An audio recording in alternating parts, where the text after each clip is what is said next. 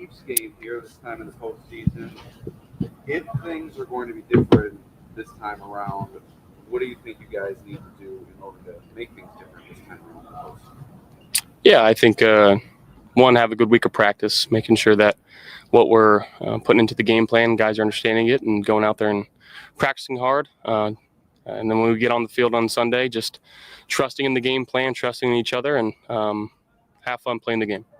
Josh, this whole Chiefs and Bills matchups kind of started with the 2020 championship game. What do you remember from that game itself? And there's been a lot between now and then with your team. You always remember the feeling of not pulling through. It sticks with you for a while, and it really doesn't leave. But again, I think every year that you go through in this league, you learn more things about yourself, about your team, about the game of football. We're just grateful and humbled to have another opportunity at it. It's another week that we get to play because really there's only 4 teams playing right now. So we look at that and, we just love the opportunity that we have. Josh, does this team take on the persona of the city? And if so, what is that? I think so. And it's kind of hard to put into words. But typically when people think of Buffalo, they think of what's going on right now, the snow and the cold. And, you got to be pretty tough to be in a place like this. And we feel like we've got guys, in this locker room that maybe haven't gotten all the recognition that they deserve. Coming here on their last leg maybe of their career and just coming here and trying to prove something to not just the world but to themselves. And I think that's pretty cool and pretty special in this locker room. It's such a tight-knit group. We hang so much around each other outside of the facility as well, and just a lot of love in this locker room, a lot of love in the city. You guys have done such a... Say again? Again, I think it's maybe changed since I've gotten in the league, and early on it was maybe anxiousness and eagerness, and while that's maybe still there a little bit, but also gratefulness to be back in this situation of having a chance to play in the Super Bowl. But obviously you had to go put in the work and not cheat it, and put your best foot forward to give yourself a shot.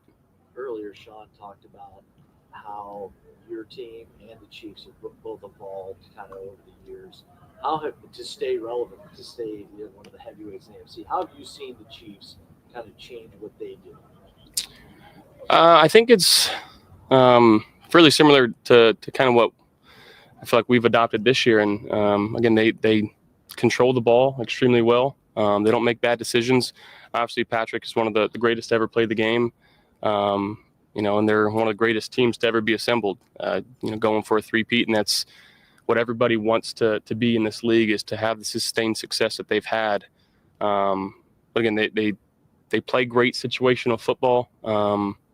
They understand when it's time to go and when it's time to kind of fend off someone. So again, that's what we're aiming to be. You talked about being anxious back then. How much do you think all these experiences have helped you personally be prepared for a moment like this? Maybe more prepared as part of your development? Yeah, just understanding how the week's going to be, understanding the emotions and the feelings that you're going to feel throughout the week. When you're trying to sleep and that's all you can think about, because it's all I think about right now is just trying to put my best foot forward and win this football game. But at the same time, I've said this a few times throughout the year, of having a talk with Von Miller before the year and just being okay with whatever happens throughout the season. Sometimes the ball's going to roll the opposite way from you. Sometimes it's going to bounce into your arms, and just taking advantage of every opportunity that comes our way. And this is a fun game to play in, I'll tell you that. How big, Josh, is ball security become, especially in a game where you're facing a team that's kind of the mirror of yourself when it comes to maintaining the ball? Yeah, I think it's a huge aspect of the game. And there was a stat throughout this last weekend where the teams that got outgained all still won the game because they won the turnover margin. Maybe there wasn't one game, but that shows the importance of how much each and every drive matters in the playoffs. And that's something that I feel like I've learned throughout the years, is just making sure that, especially in the first and second quarter, let's not do anything to hurt ourselves. Give ourselves a chance in the third or fourth. And that's no different than now. And again, we just got to have a good week of practice, and it's going to come down to who executes on Sunday. Josh, going off that, in the last drive, in the fourth quarter, 3 minutes ago, third down, you get stopped. There looked like there was a moment where you thought about lateraling the ball back Mhm. to James Cook. Did that go through your head? No, Would young Josh Allen have done that? he would have done it. Yes, it may have crossed the mind, but yeah, I didn't do it. What's the thought process in that moment when you're like, should I pitch, should I not? Like what? I mean, there's a lot that goes through your mind in such a short amount of time. I felt like I was kind of being held up for 5 seconds where I looked at him and I saw him in position, knew how far he was away, also felt someone to the right with his hand kind of in the window where I would have to pitch it.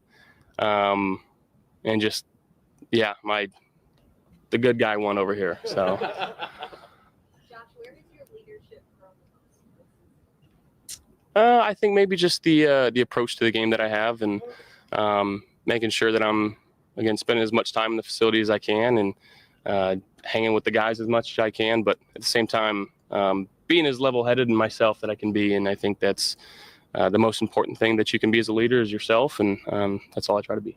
Josh, you talked about the balancing act with your mindset and acknowledging the moment and not letting it overtake you. How do you kind of share that with some of your younger teammates? Like, this is the biggest stage they will. I think just making sure that they understand that this doesn't happen all the time for every team, of being in a moment like this.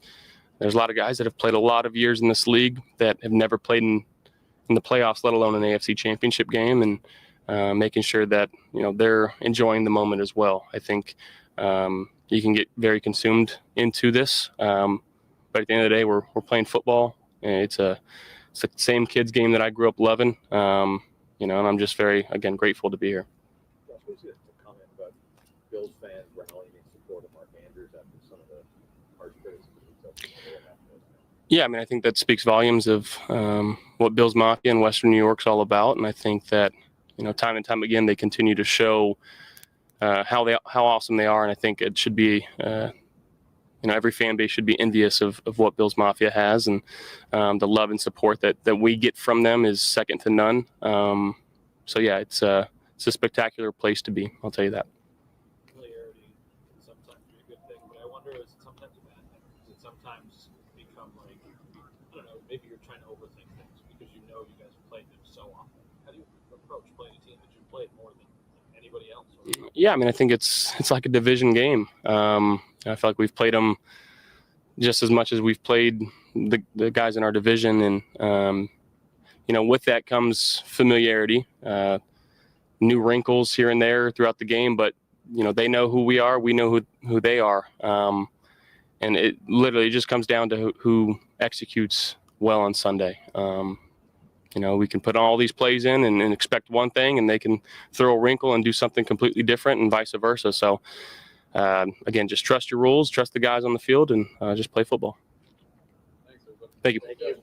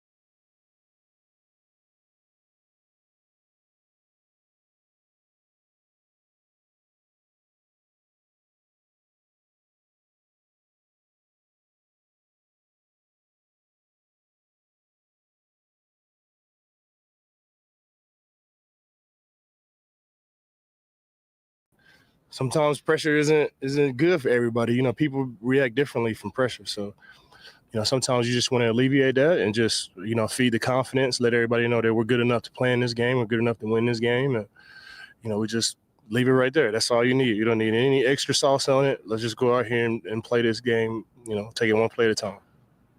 But there's been a lot of talk about the Bills' ball security and how good the lead has been over the last couple of months. As a defensive player, when you picked up that ball the other night was racing down the field, were you thinking about that, you know, before the punch came to, like, was that, were you conscious about ball security if you're running that on with the Honestly, I wasn't. You know, I had an inside stunt. I was trying to get in, didn't end up getting inside. And I looked up and DeMar was tackling Lamar, and then the ball just like popped out. So immediately it was like, get the ball. And I just wanted to make sure I got it on the first try. Because sometimes, you know, guys try to scoop it and you kind of fumbling around. I just wanted to make sure I got a clear recovery.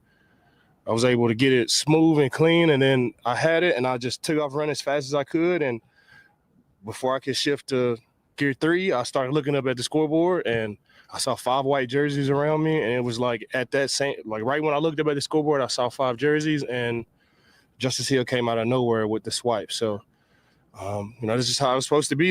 That's how the universe wanted it, because, you know, if it wasn't, you know, for me looking up at the scoreboard, who knows? You know, I had like a little cheat sheet. I looked up at the scoreboard and I seen 5 white jerseys around me, so I just squozed the ball a little bit harder. How have you seen Kansas City evolve and change the way they do business over the years Yeah. to stay at the top of their game? I wouldn't say they change. I would say they do whatever it takes to win. And that's what I've noticed. You know, even back when I was in Denver playing, you know, Patrick Mahomes and the Kansas City Chiefs and Travis Kelce and Andy Reid and all those guys. If it takes, you know, 6 touchdowns to win the game, then that's what they'll do. If it's only 2, that's what they'll do. They're really just focused on winning the game. And, you know, some years it was over the top, the Tyreek Hill putting up, you know, crazy numbers, and some years it's not.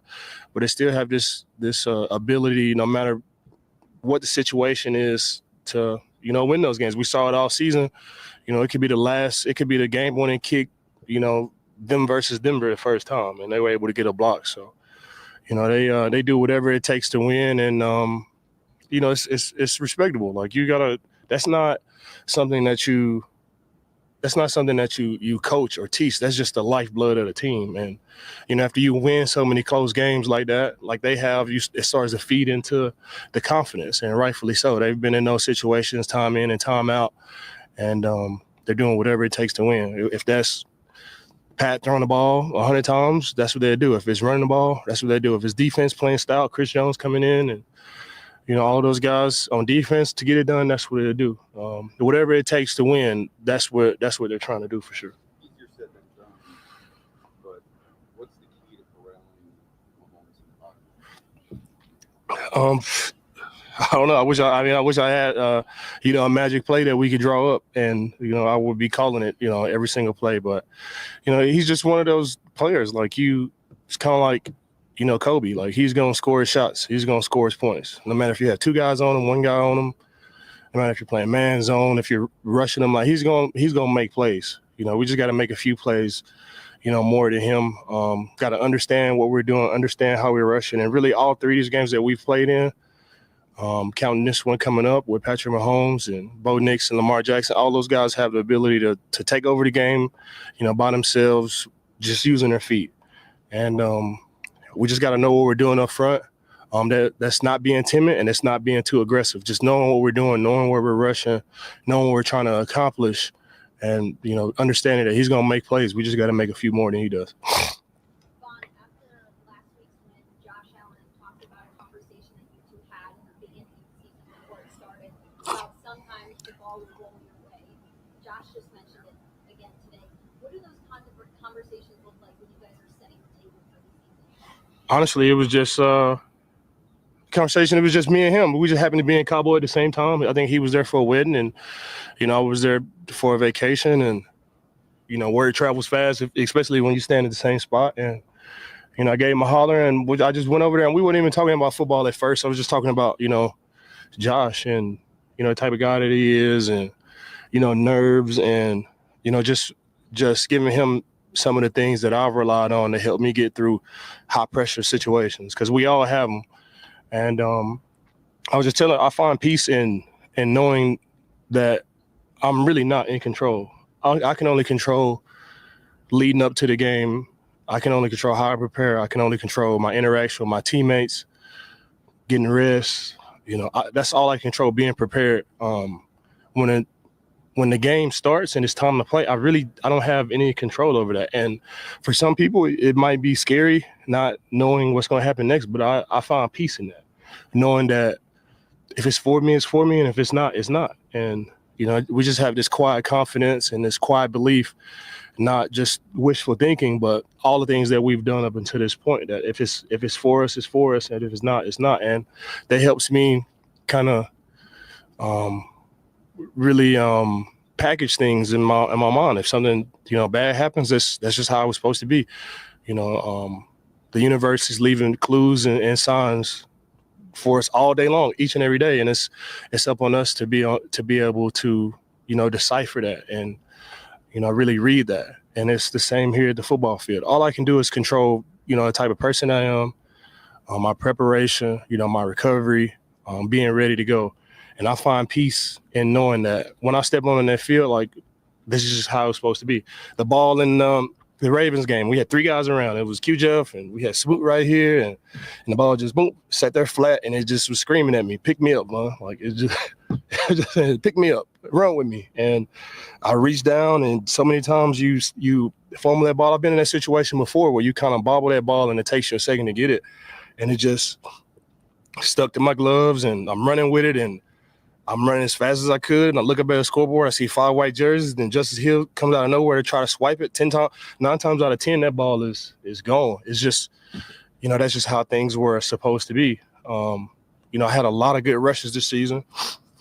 A lot of those great rushes didn't end up being sacks. Like, you just package that. That's just how it was supposed to be. And I'm kind of paraphrasing, what I was telling Josh, but I find peace in knowing that no matter what I do in the game, that's just how it's supposed to be. And it's super dope to have conversations like that and to be a conduit from, the universe to, like, send that message to him. I take a whole lot of pride in that. And for him to be receptive of it is super cool. And, we're still writing our story. And, if it's for us, it's for us. And if it's not, it's not. Well, we have that quiet confidence through preparation and the belief of all the situation that we've been in that, it's for us. Was there a certain point in your career that you came to this mindset where you were like, I'm just going to let it go and see what happens? I mean, I'm still, like, working on it. I think, humans, we all deal with consistency issues. You might be good year 1, year 2, year 3, year 4. Well, and sometimes it just, falls off the tracks, and you just kind of got to build yourself back up. In year 14, I've been in the highest of the highs, and I've been in the lowest of the lows, and I've been injury issues, off the field stuff. I've been in each and every situation that you can possibly be in. And for me to compartmentalize all of those good things and all of those bad things, this is just part of my story, and this is how it's supposed to be. I'm taking it one day at a time. I'm controlling everything that I possibly can. My intentions are to be the best teammate, the best person on and off the football field, to go out there and get 10, 12 sacks and prepare with that same intention. And, everything else that happens outside of that, that's just how it was supposed to be. Bonnie mentioned the quiet confidence. Josh Allen talked about the anxiety early on in his career in the postseason. How do you see the quiet confidence in the postseason? Yeah, I think it just comes with experience too. Like, being in those situations, like, you can't really work through those nerves or that anxiety without doing it. And Josh is the same way. He's played in the AFC Championship game, played in divisional, he's won games, lost games, had a whole bunch of yards, didn't have a lot of yards, had a lot of yards, lost the game, didn't have a lot of yards, win the game, like, made the game winning throw, made the game losing throw, however it goes.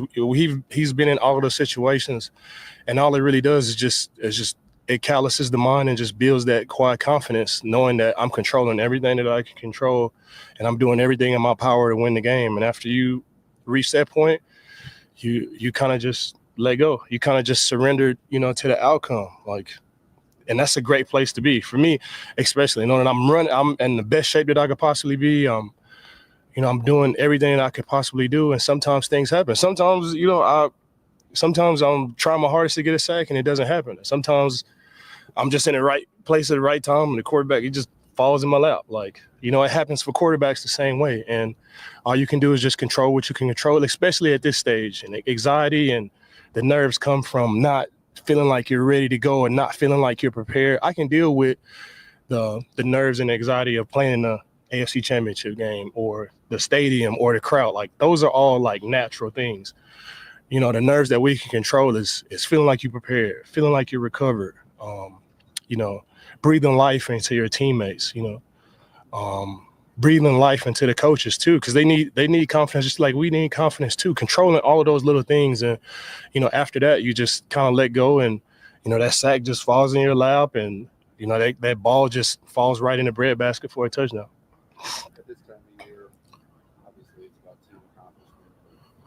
If you have a chance to advance to the Super Bowl to the third team, what would that mean to you just in terms of personal accomplishment? I mean, it'd be dope. That's what I came here to do is to be, part of, history. We've been to a lot of Super Bowls, never won it. These Bills fans, they deserve it. I know a lot of fan bases across the whole world feel like they deserve it, but the only perspective that I have is here with Bills Mafia, and I've seen it. I've seen them work, and I've seen my teammates work, and I've seen all the things that we've done to get to this point.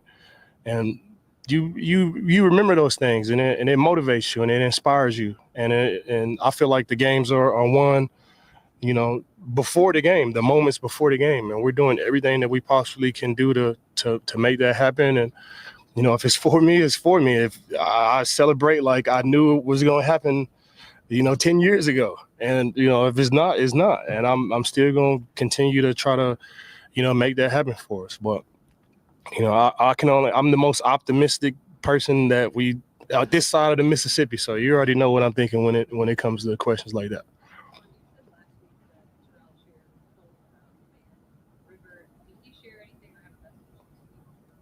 Not yet. We're still going, but I've been so impressed with Terrell Bernard.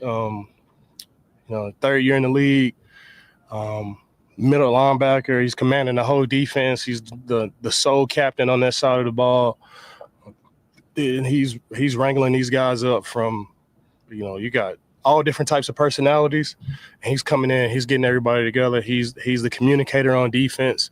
He's the guy that breathes life in the guys as far as quotes and all this stuff. And I've been super impressed with Terrell Bernard. Like I said, out of 99 things, if it's 100 things, he's good on 99 of them. I just still don't understand why he went to Baylor. That's really the only thing that you can say bad about the guy.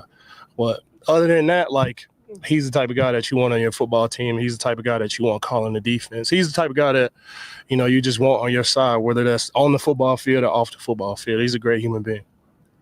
Snowing in New Orleans, some sign maybe? Yeah, maybe. I know it's a dome though, so it's good. But I like those. I like those signs too. Thanks for bringing that to my attention.